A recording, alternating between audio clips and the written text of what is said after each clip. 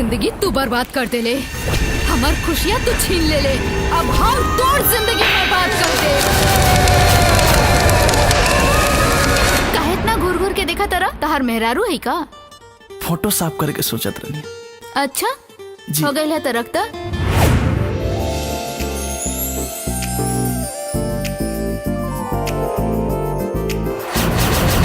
देखो ना इसे तुम नजर गड़ा के, लगता है खा जाओगे मुझको पाके, देखने में लगता है कि तोहरा मनवा भटका है।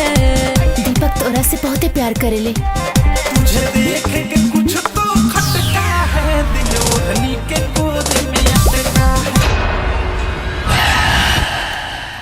ये दुनिया में केहू से हम अगर सच्चा मोहब्बत करी लेना तो सिर्फ अंजलि से। पता ना तोरा कब एहसास होगी कि हम तोरा से बेपनाह मोहब्बत करेंगे।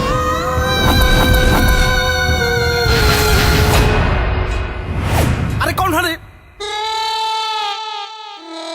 तू क्या हुआ? हमें घर के मालिक।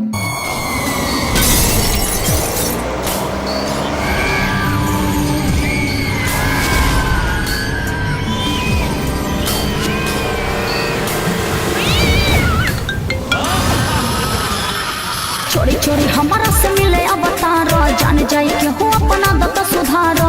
आइलो छोड़ो राजा रोज रात के, मन नहीं के भरत ये करे जा, राखो नसीना में से साट। ये अंजलि का हत्यारा। हम मैडम जी के हत्या नहीं के कैले। हम अब डिसीजन ले ले बानी, अब फुल एंड फाइनल हो जान लू।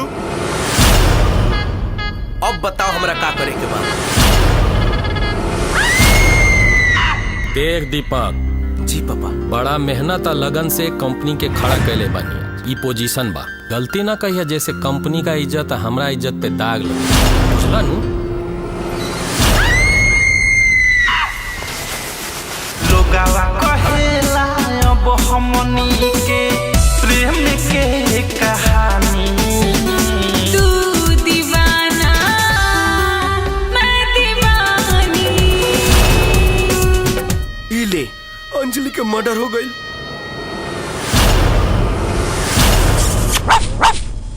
बुझाता कि तोहनी सपनों ना देख देबा हमें।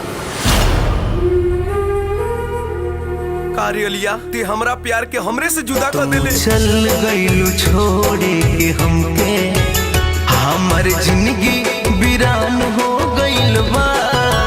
का करी हम तोह से शिकायत, का करी हम तोह से शिकायत, जब जाने जुदा हो गइल बा।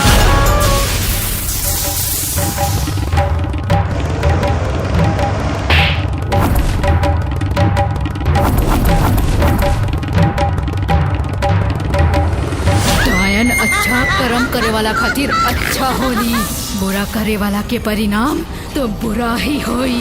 समझ नहीं रहुआ लोग?